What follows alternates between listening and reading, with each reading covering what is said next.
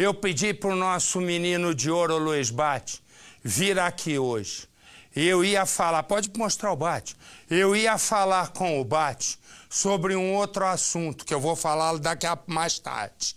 Mas o Bate morava do lado do Pavãozinho, quando fizeram essa UPP. E o Bate acompanhou lá no Rio durante todo o tempo. E ele sabe muito bem o grau da violência, não é, menino de ouro? Olha, eu não botava fé de quanto bandido tinha escondido nesse Pavãozinho no Cantagalo, que são 2 morros colados, um que dá acesso por Copacabana e outra por Ipanema.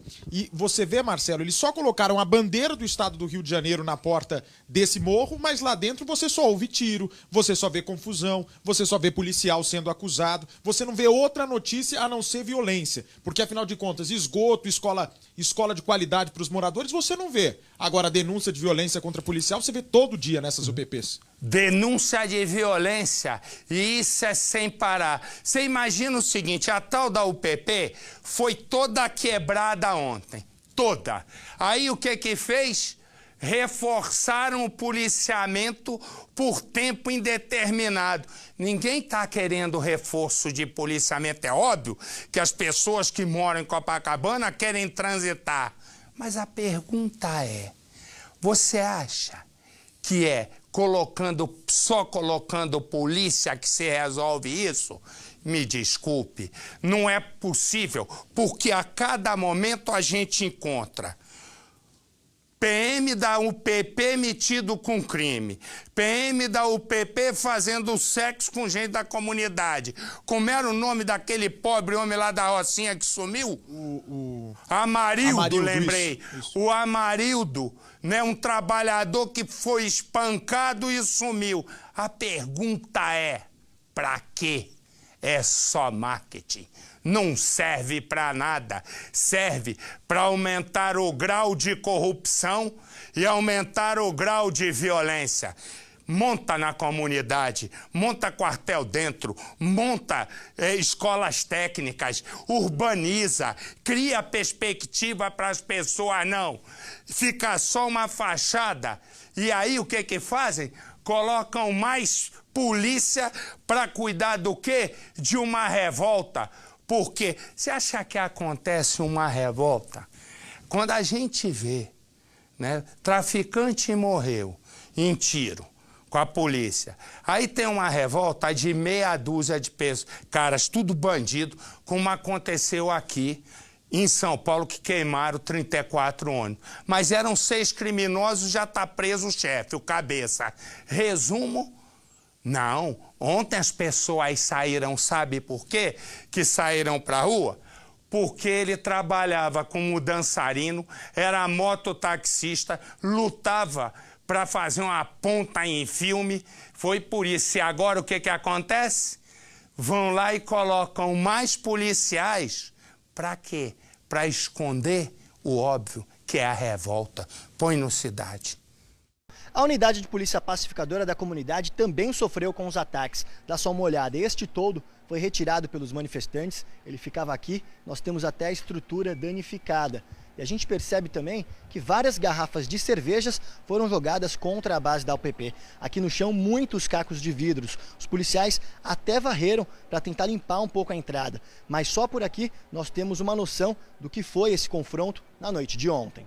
Aqui dentro da UPP a gente percebe que os policiais tiveram que usar até a mangueira de incêndio para controlar o fogo durante o confronto.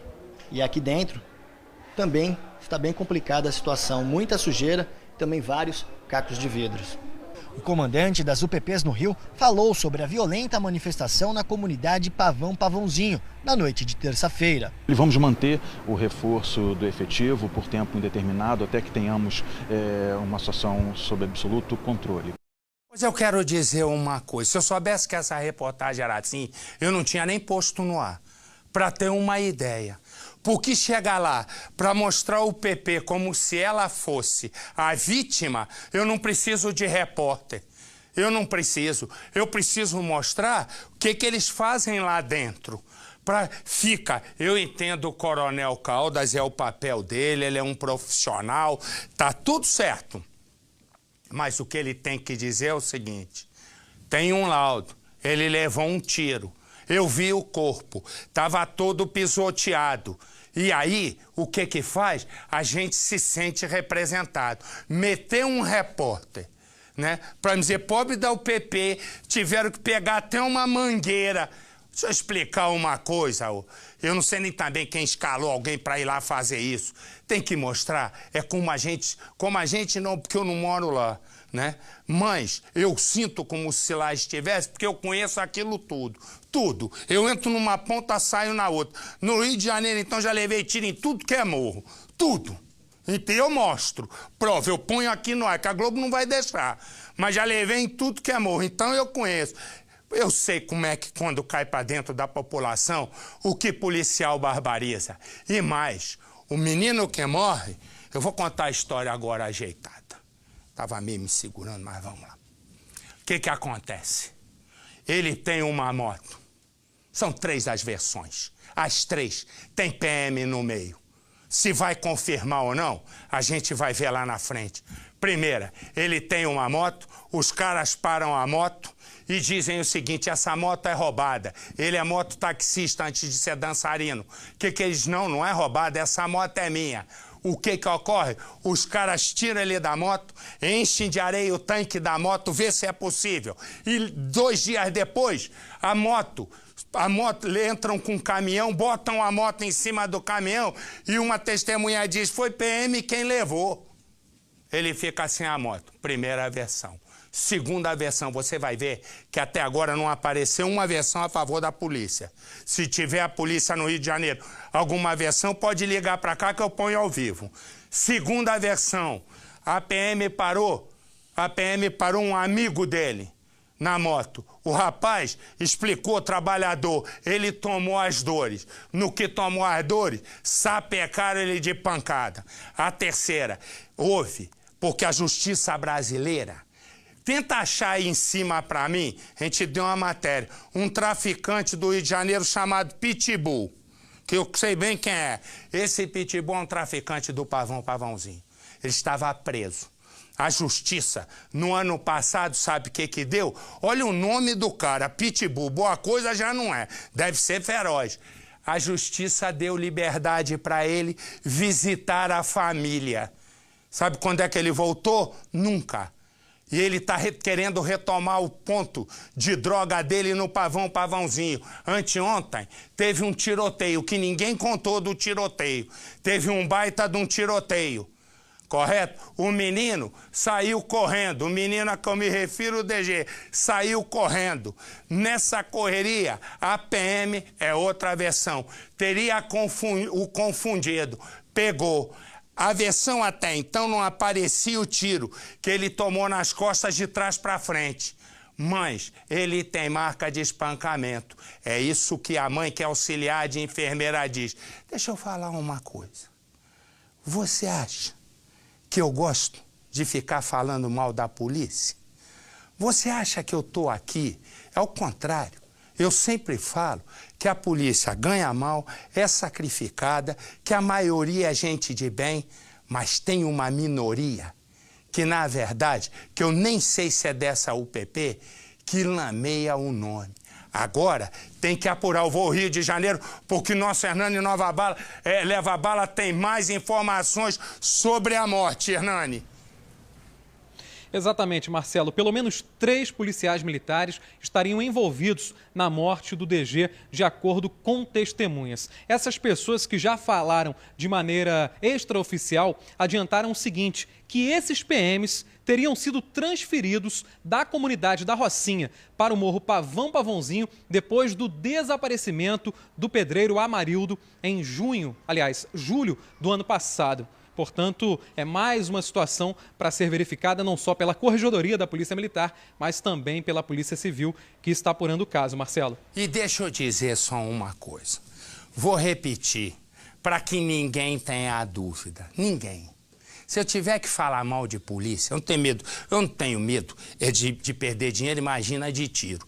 Eu vou fazer, correto? Agora, não é possível que até a essa altura não haja uma única uma única versão favorável à polícia. Você acha que um comandante de UPP, se tivesse certeza de que o grupo dele não tinha nada com isso, ele já não tinha dito, Percival? Claro que sim, até porque os indícios são fortíssimos, Marcelo. E tudo indica, pela descrição da mãe, quer dizer, ele foi espancado, você vê que está tudo molhado, ela chama atenção, não chovia. Ele foi provavelmente afogado também, viu, Marcelo? Afogado também. Moral, o que ocorre pode ter sido torturado. Aí assim, mistério na morte. Para a família, não tem mistério nenhum. Para a família e para todas as testemunhas, que algumas com medo de morrer. Porque o atestado, inicialmente, não aparecia que ele tinha levado um tiro. E mais, tem uma perfuração no pulmão, o rapaz. Põe no Cidade. Estas fotos mostram o corpo da vítima, o dançarino Douglas Rafael da Silva Pereira, de 26 anos, conhecido como DG. Ele foi encontrado dentro de uma creche na comunidade. A divisão de homicídios e a delegacia da área fizeram uma perícia conjunta e estão investigando o caso. O laudo que vai apontar a causa da morte de Douglas só deve ficar pronto em até 30 dias. Mas no atestado de óbito consta que ele morreu em função de uma hemorragia no pulmão provocada por perfuração resultante de uma queda. A família alega que só pôde reconhecer o corpo 13 horas depois que ele foi encontrado pela polícia. A perícia não teria encontrado marcas de tiro no corpo, como mostra o exame parcial divulgado ontem. E a polícia acredita que ele tenha caído de uma laje. Por essa luz que nos conduz. DG era separado da mulher e deixou uma filha de 4 anos. Sabe da morte do pai? Não, nem vou comentar tão cedo. Não tem como comentar para uma criança de 4 anos que o pai dela não tá mais aqui entre a gente.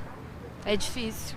A mãe do dançarino prestou depoimento. A versão de que ele teria caído de uma laje. Mentira, ele estava machucado, ela tem foto que ela chegou no local. Ele morreu 1 da manhã, 12 horas depois. Ela e a menina do Direitos Humanos quebra a barreira, porque o pessoal da UPP não queria deixar ela passar.